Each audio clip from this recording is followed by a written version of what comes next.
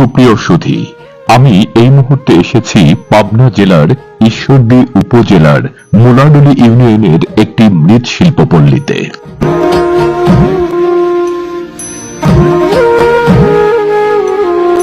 মৃৎশিল্প রূপে কুমার শিল্প। কুমার গ্রামাঞ্চলের অতি পরিচিত একটি শব্দ, যারা মাটি দিয়ে হাড়ি পাতিল সহ আরো বহুবিধ তৈজসপত্র বানায় তাদেরকে কুমার বলা হয়। কুমার শিল্প শুদ্ধ করে বললে মৃৎশিল্প, যা উপমহাদেশের অতি প্রাচীন একটি শিল্প।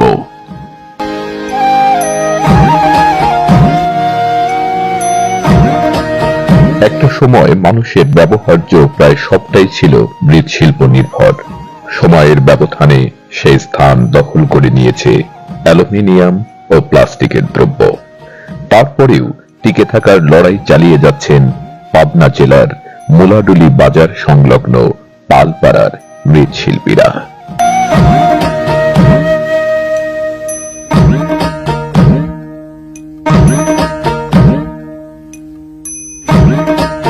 মোলাডুলি বাজার সংলগ্ন পালপাড়ায় গিয়ে দেখা যায় পূর্বপুরুষের পেশা ঐতিহ্যকে টিকিয়ে রাখতে দিনরাত লড়াই করে যাচ্ছেন পালপাড়ার প্রতিটি বাড়ির মৃৎশিল্পী নারী পুরুষরা।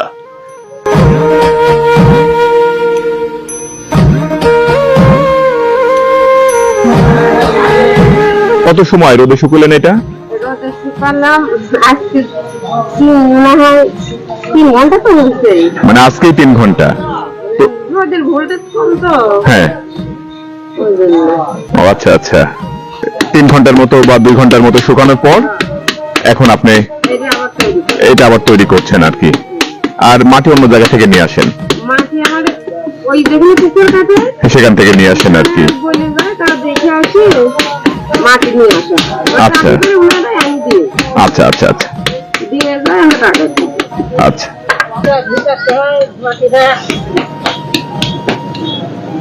তারপরে দিতে হয়, তারপরে মাটি ভেজাতে হয়, ফিনিশিং দিতে হয়।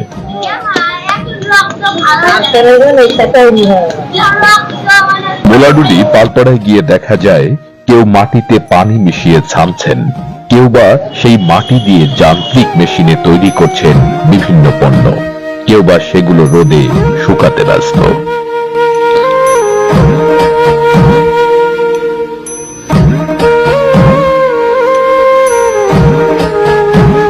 একটা সময় ছিল যখন মাটির তৈরি হাঁড়ি, কলসি, বাসন, শানকি, পাতিল, মিষ্টি এবং দইয়ের পাতিল, মাটির ব্যাগ, ফুলদানি, ছাইদানি, কলমদানি, ধূপদানি ও পুতুল সহ নানা খেলনা সামগ্রী গ্রামে গ্রামে ঘুরে ঘুরে বিক্রি করা হতো। কিন্তু এখন আর তেমনটা খুব একটা বেশি দেখা যায় না।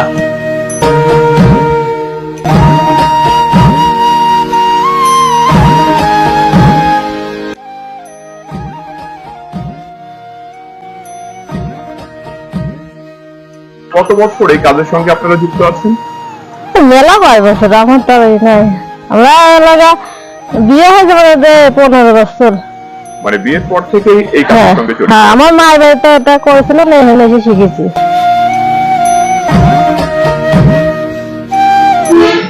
তুমি কি বানাচ্ছ? ঠাকুর বানাবে তুমি?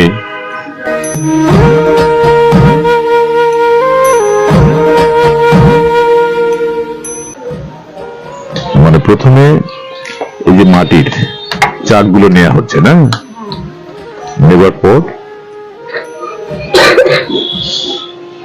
এখানে লাগবে আর কি, ওইগুলো হলো ছাই লাগবে। মাটির চাকগুলো নেবার পর তারপর দেখতে পাচ্ছেন এখানে দুজন কাজ করছে, দুজন দিদি এখানে আছে। একজন মাটি প্রস্তুত করে দিচ্ছে, একেবারে পিঠার মতো আর কি, রুটি যেভাবে বানায় ওভাবে সুন্দর করে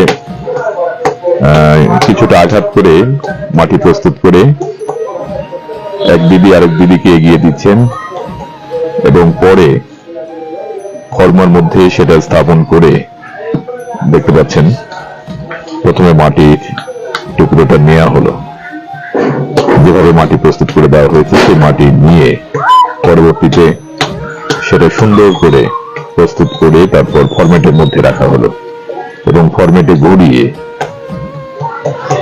হাত দিয়ে এবং ঘুরিয়ে আস্তে আস্তে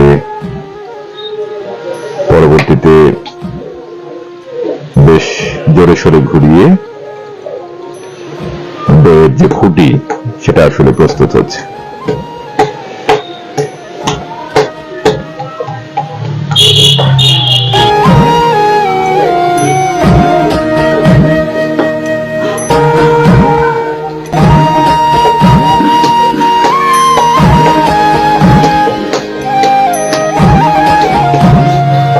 হয়ে গেল না?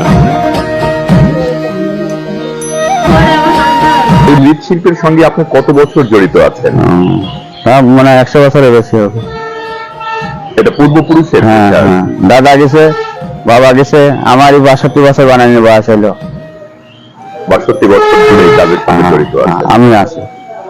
আপনার কয় ছেলে মেয়ে? ছেলে নাই, মেয়ে 5টা। 5টা মেয়ে। 5 জনের বিয়ে হয়ে গেছে? হ্যাঁ, সরি বিয়ে গেছে। আপনাদের মেইন পেশা তো হচ্ছে পাল বলা হয়, যারা হচ্ছে হ্যাঁ, মাটির পাত্র তৈরি হ্যাঁ। করে। কুমার কালে চিনে যে জানে মারি বা কুমোর বলা হয়। কুমার পাল কালে বোঝা যায় কিন্তু। কুমোর পাল বলে। তো এখন এই শিল্পের অবস্থা কি আছে? শিল্পের অবস্থা ভালো না। খড়ির যার দাম, সে দামে অর্ধেক থাকে না, মাটি খড়ির অর্ধেক থাকে না। 1 টাকা বিক্রি করলে আটা না থাকার কঠিন, পাটের হাজির হয় না। কিন্তু এই শিল্পের একটা সময় রমরমা ব্যবসা দেখেছেন না? হ্যাঁ, এই শিল্প দিয়ে তো সবকিছু প্লাস্টিকের তৈরি হয়েছে। এই শিল্প হ্যাঁ। নতুন আবিষ্কার করার জন্য পালেরাই প্রথম আবিষ্কার করেছে। পালের উপর হ্যাঁ, করেছে। না মাটি হবি, হাঁড়ি হবি, পাট হবি না স্যার, রোদ্দি হবি, হাতের পাতিল পালেরাই আবিষ্কার করেছে এই মডেল গুলা সব। পাল্লায় প্রস্তুত হ্যাঁ, করে। আর এগুলা এখন প্লাস্টিক কোম্পানি দেখি ওরা খাট মাটি বানাসারি তবে প্লাস্টিক ভালো হয়েছে। তাহলে এখন অবস্থাটা একটু খারাপ এই শিল্পের এখন অবস্থা। কোন রকমের পাটটা যতদিন চলবে কোন রকম ব্যবহার হবে, পাটটা বন্ধ হয়ে গেলে আর হবে না।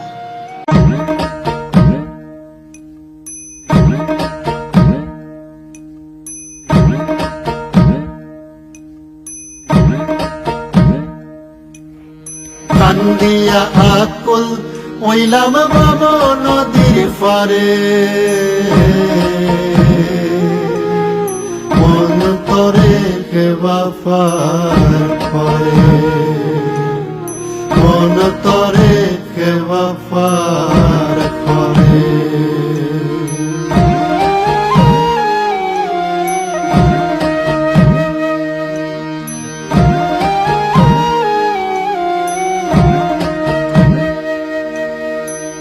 সময়ে দিন গুয়াইয়া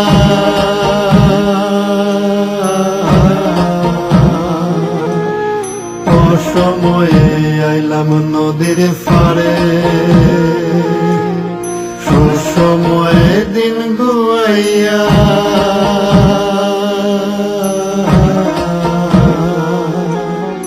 অসময়ে আইলাম নদীর পারে। মাঝি তোর নাম জানি না, মাঝি তোর নাম জানি না, আমি ডাক দি মুখারে, আমি ডাক দি মুখারে,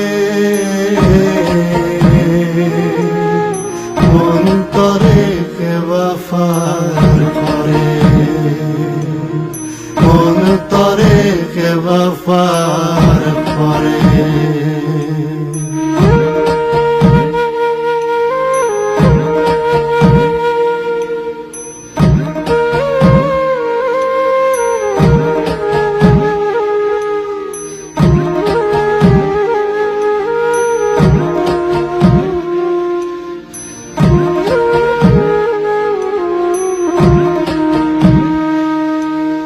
নাওয়াসে খেওয়ানি নাই রে,